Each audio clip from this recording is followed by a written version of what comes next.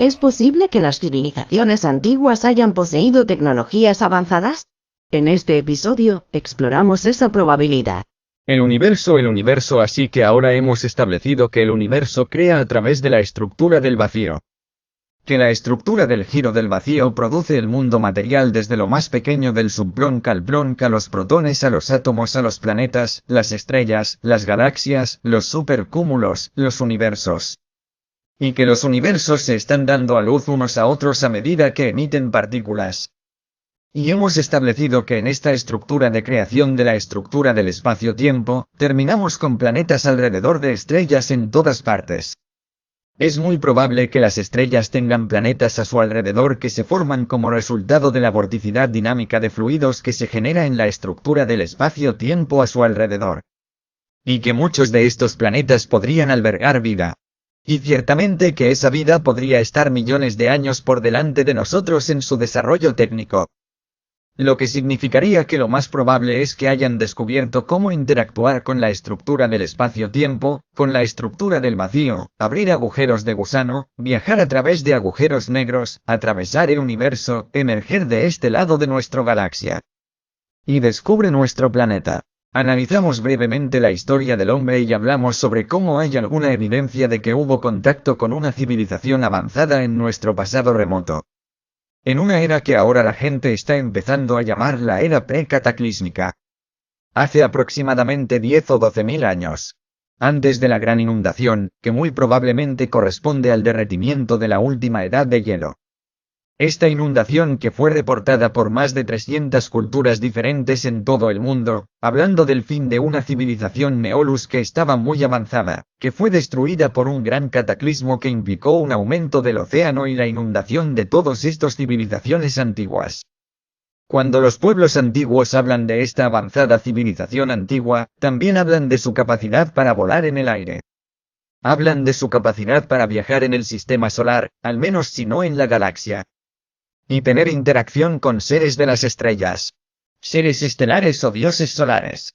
Esto es consistente de una manera muy fuerte en todo el mundo. De todas estas diferentes civilizaciones que supuestamente no tenían contacto entre sí.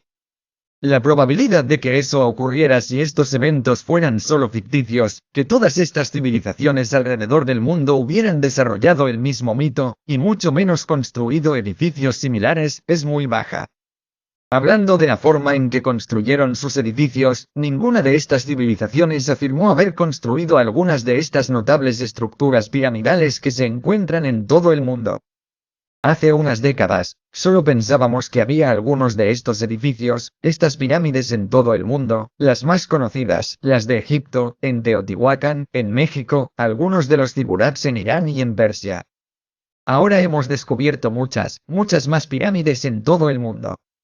En algunas regiones hemos descubierto miles y miles de ellos. Encontramos algunos en China, encontramos algunos bajo el agua cerca de Japón.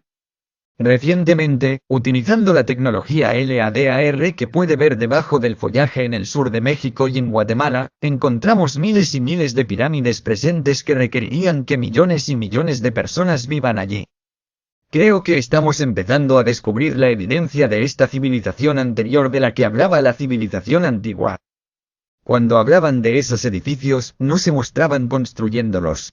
No hay jeroglíficos, por ejemplo, en Egipto, en ninguna pared de Egipto, que los muestre construyendo las pirámides. Todos dijeron que los dioses del sol vinieron de las estrellas y construyeron estos edificios en nuestro planeta y enseñaron a los humanos en ese momento cómo calcular, cómo diseñar, cómo escribir, etc. Parece haber un tema común cuando miramos alrededor del planeta en todas estas tradiciones. Es muy similar y es notablemente consistente.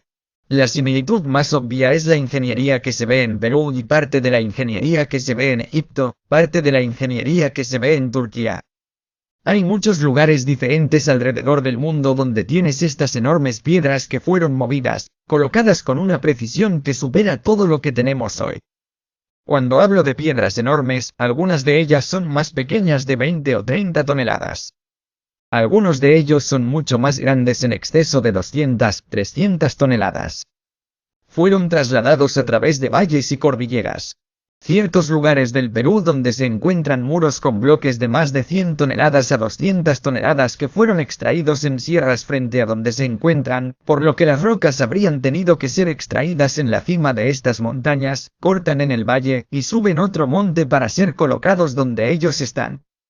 Algunas de las piedras, por ejemplo, en el Templo del Valle en Egipto, son bloques de 200 toneladas que vienen de bastante lejos, que están revestidos con bloques de granito de 100 toneladas que vienen de cientos de millas de distancia. El corte de estos bloques es notable.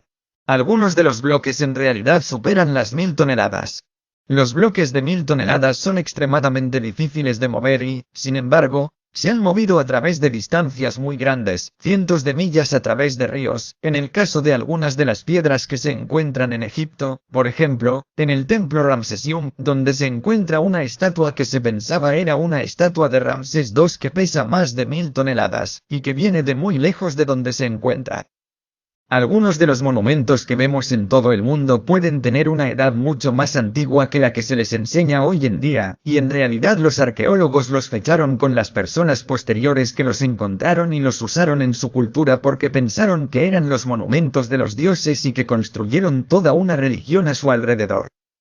Pero estos monumentos pueden ser anteriores a esta cultura por mucho.